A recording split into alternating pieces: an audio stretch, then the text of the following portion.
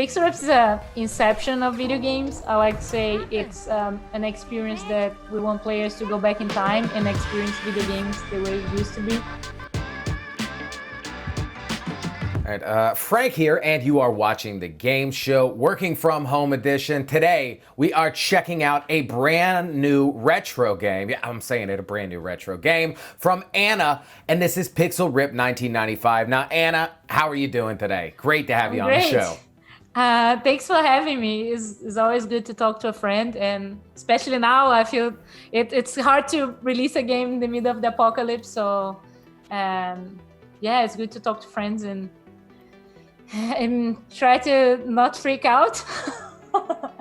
But I was about to say, have you been just like trapped alone at home? Is it just you there? Or are you with family at least? I spent like 14 days here quarantine before I could actually see the rest of my family, because before I live in São Paulo, which is like 3 hours in the plane from my hometown, and I was alone there. And then when the crazy things start happening in São Paulo, I'm like, okay, I'm gonna stay with my family. Because I came from the airport, I kind of stayed for 15 days just in the bedroom, and they put just to be safe. Yep. Put through the door. But now I have been here for a month, so now I see everyone else in the house, and we have dogs. I have my grandmother, my parents. So now it's okay. I don't feel so alone anymore. Oh, good. Well, okay. Well, that's at least that's getting better. But we're not here to talk about any of that let's not sadness. talk about That's no stuff. fun. Let's not talk about that. Let's talk about fun go back stuff. in time. Exactly. What is Pixel Rift for anybody that has no idea, that's never seen this game before, that just clicked on this video? What are we here talking about today? So Pixel Rift is an inception of video games. I like to say it's an experience that we want players to go back in time and experience video games the way it used to be. So we use a VR, and I think VR is the best media for that, to actually work as a time machine. And Pixel Rift 1989, it was the first episode we released from the series. In 1989, you're back in the 80s, you're playing a Game Boy device, but while you're playing Pixel Rift, which is the game within the game you're playing, you also have to deal with your reality in the 3D world environment. So you have to distract your teacher because you are in a classroom, and so you can complete that game within the game. In 1995, on the other hand, you are in the body of a 9-year-old kid, and he is at home, but his mom wants him to go play outside, and he's playing video games inside. So you have to deal with these other characters' reality to also complete Pixel Rift, which also has a world inside that game. So Pixel Rift game has the main character Dot, which is the hero trying to save a world which is being collapsed because Sibling Lord is stealing the Pixel Stone. So you are in this journey and trying to save Pixel Rift world by playing this other character in this other game world, the 3D world, and pair forces together with the player and the Dot hero, and it's a layers of gameplay. I must say, inception of video games. It explains it best. Yeah. I feel like you just walked me through like a door, and then another door, and then another door, and another door. But no, exactly. And if you play it, you'll completely understand. If you watch a little gameplay, it's great. It's amazing. I love the first title. I'm loving the second one so far. And other than a 10-year gap in time, what did you do to build on this game? Like, where do you feel you improved? What do you think you took from the first game and kind of built on? Like, I know that you didn't just make a new story. I know that you grew. Where did you grow, and where do you feel proud of Pixel Rift 1995? I think the game it grew much more because of the team. I think it shows really well like that having a team from the beginning working in the game, it really made the difference. Also, we have now a writer in the team, which we didn't have in 1989. I kind of had a writer when I was at the university, but this was just in the beginning of the project. When I left the university in 1989, this is back in 2014, wow, which was my student project. For those that don't know the story, Pixel Rift 1989 was a student project. It started like prototype kind of, and then after that, I decided, okay, I'm gonna release this game. So it's kind of like a lot of people. It was like 4 years working this project, so there was a lot of people working with me. There was a lot of ups and downs. There was sometimes a Kickstarter fail. I got investment. I got friends helping me when they could. There was like really a lot of people, it was also a project where I could experience more, and I was trying out different things. I feel like I was like cooking something I never did before, like you're doing a chili and you're putting peppers while you're cooking and you're putting spices and stuff. And then in the end of the project, I met Avery, the publisher of the game. And then we finished, we worked for one more year and released 1989.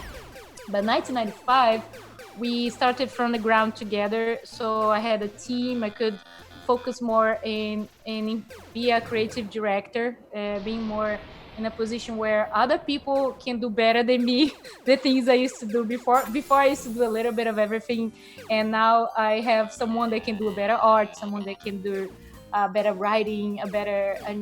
So I have all this amazing team that really helped me to focus. Okay, I can focus on being a director, and I think that really was the biggest difference of the game. So it shows that 1995, if you play both games, the narrative did improve a lot. The art style, it's more consistent because it was we have an artist from the beginning to the end. With Blanco, he was since the beginning looking for the art style of the game to keep consistency the whole project. Barbara, the writer, she has been through the whole together. This means she's participating in decisions like game design, everything in the game. We have the meeting together with the writer, which I think it really shows in the consistency of the whole game. It kind of feels more like fluid. Yeah, we work in the hero, the story, how Dot and the integration with Dot, the relationship with Dot and David, which we didn't work well in 1989, which I wish we could have worked better. Like, you don't know much about Nicola, the character in the real world in 1989. But in 1995, we really explore David's family.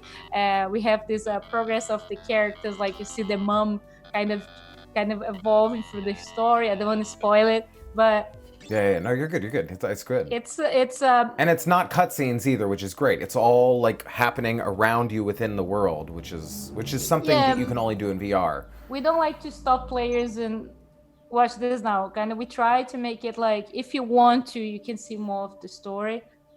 Of course, there are some moments that you're kind of looking at because in front of you, but we like to have elements of the story that if you want to pay attention, you kind of notice. But if you, it's not like in your face, watch this now. Mm-hmm. So the focus of Pixel Ripped is this retro game that I'm playing. Now with Pixel Ripped 1995, I don't have my Game Boy anymore. Now I have a controller in my hand and I'm kind of looking at screens a lot more. I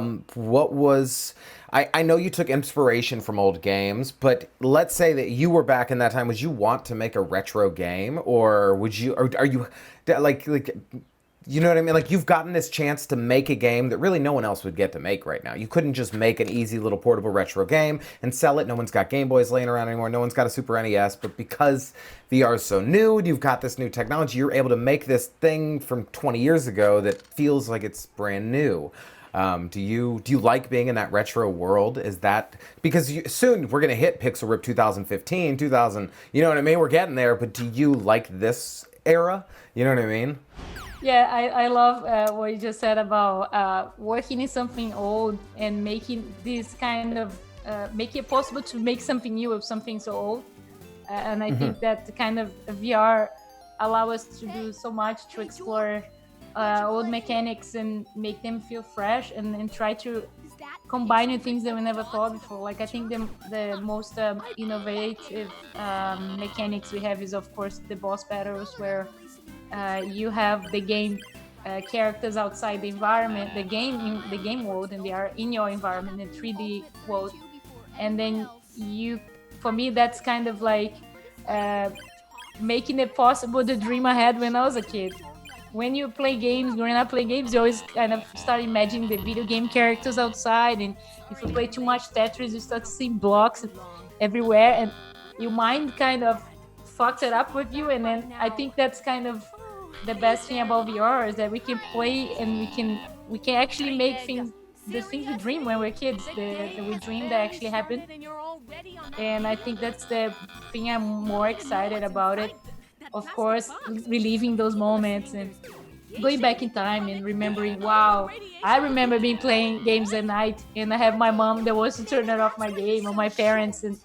And I think bringing these moments that any gamer can relate to it and can remember um, those struggles that the people that play games struggles with. Everyone that plays games probably have a lot of hard times to keep playing games.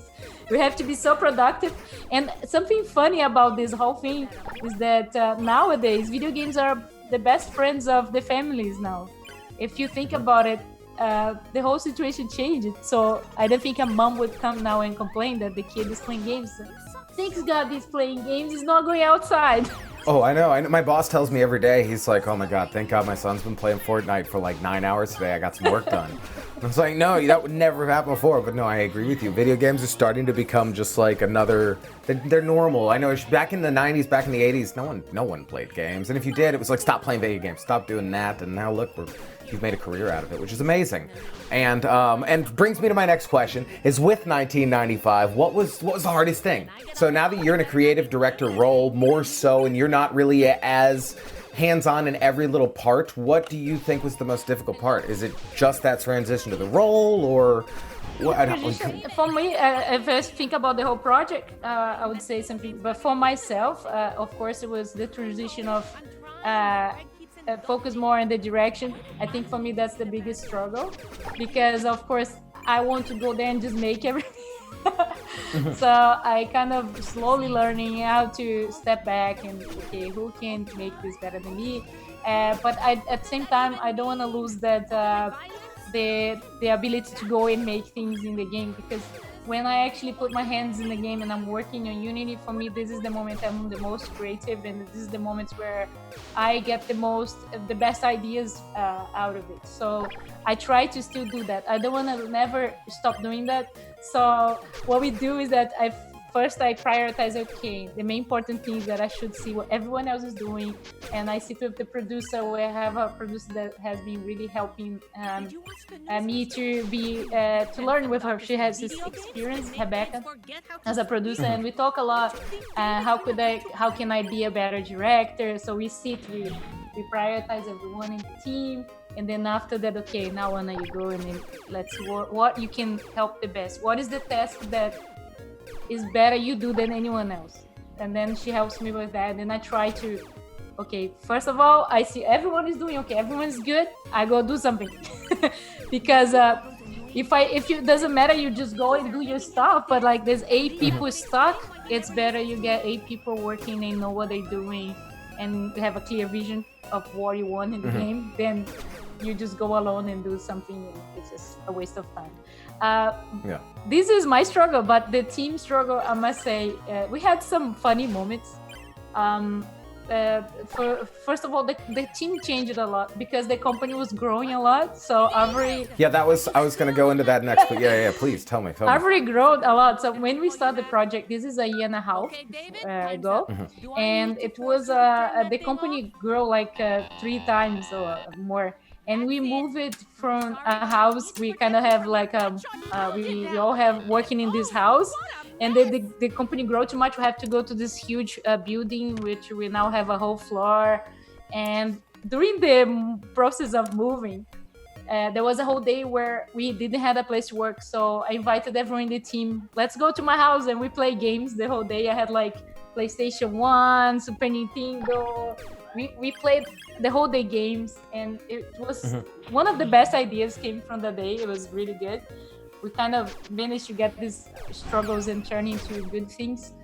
After we moved, we also had a whole week where we didn't have any internet.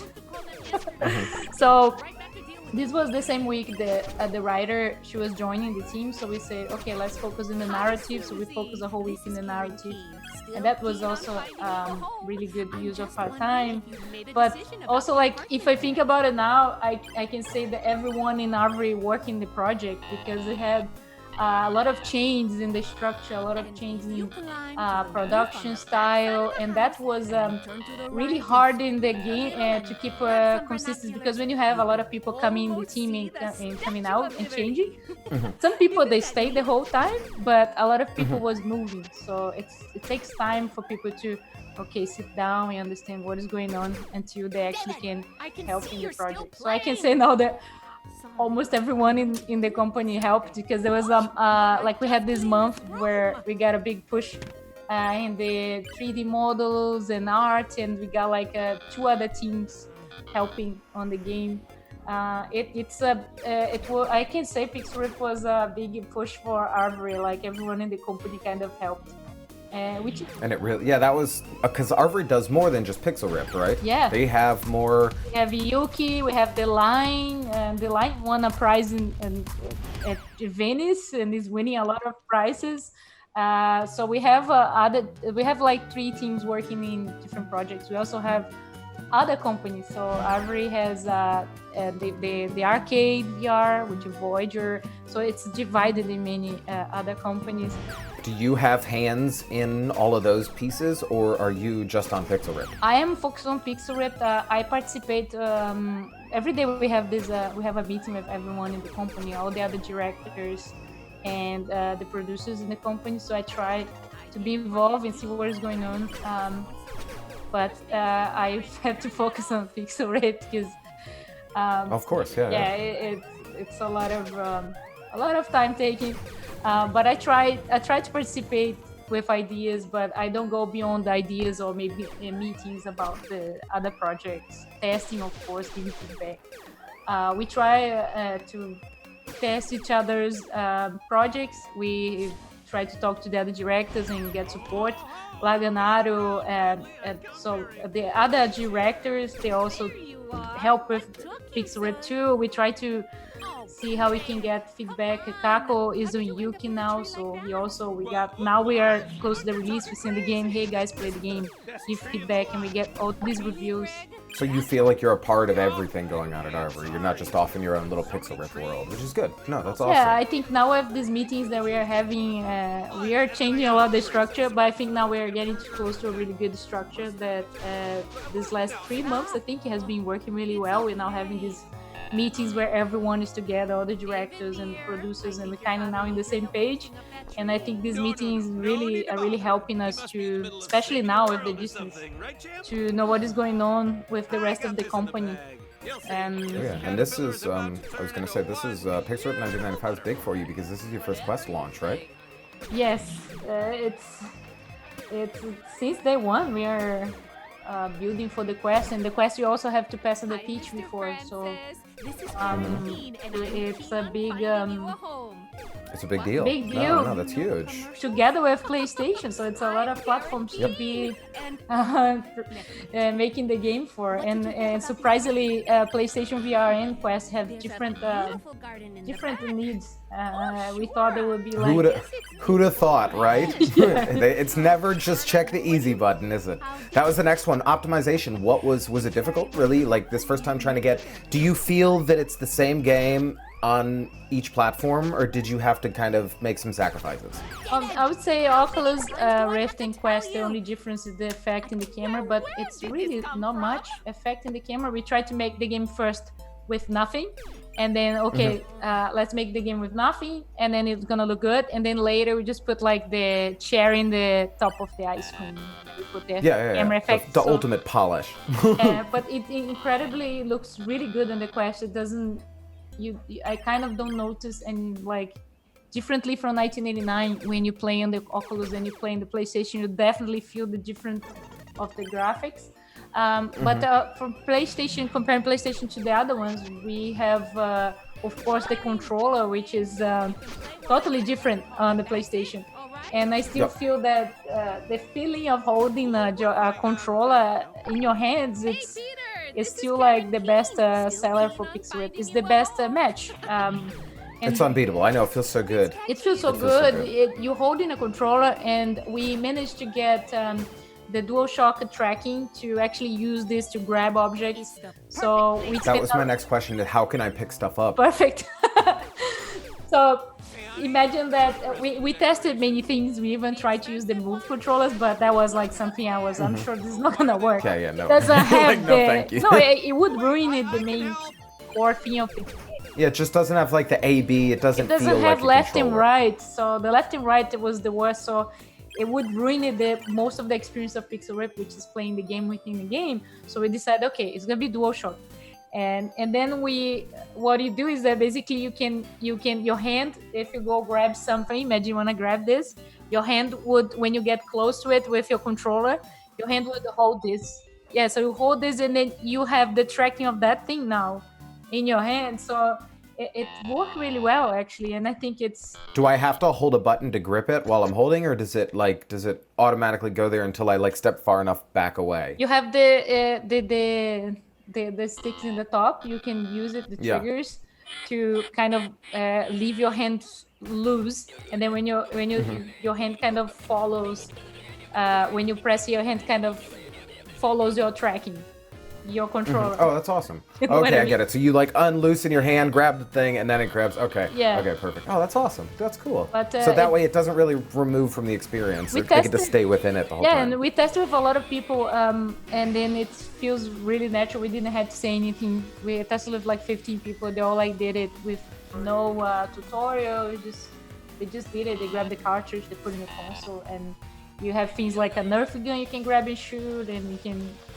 The main core gameplay of Pixel Rip is playing the game within the game, of course, but there are some interactions that part of the boss battles that you have to kind of be quick to grab the Nerf gun, shoot, and grab bananas and throw it. So it worked really well. I still feel it's my favorite combination for controllers. It's PlayStation still. It was a 1980. Yeah, it just feels the best. Yeah. No, I'm excited. And talking about PlayStation, it's not releasing tomorrow with this video, but PlayStation gamers are gonna have to wait too long, right? I'm hoping. I don't know. We expect to be May. It's no one's fault. It's just we are living on this situation of the coronavirus. Yeah, it's just a harsh. Exactly. Yeah, the speed of their QA kind of went really slow at the last month now, and the game is really close to be approved. There was it's to the point that I think it's not like it's in the beginning of the QA. Yeah, you're not stressed. Yeah, we don't have many things to fix. It's like we fixed the most of it. We are like doing 3 months of QA on Sony already, so the game it's pretty much, it's really close. So I don't feel like it's super hard to say it's not gonna be May. But if there's a meteor coming down in the Earth, I know. We just never know now. The world is crazy, so I can't guarantee. But we did our part. The game is good. It depends now on the situation of the world, right? No, completely. And how has been working with PlayStation? Have they been great? Have you gotten to work closer with them since this is your second title now? Do you feel like they're more of involved? Yeah, our dev relations, Mike Foster, I know him since 2015.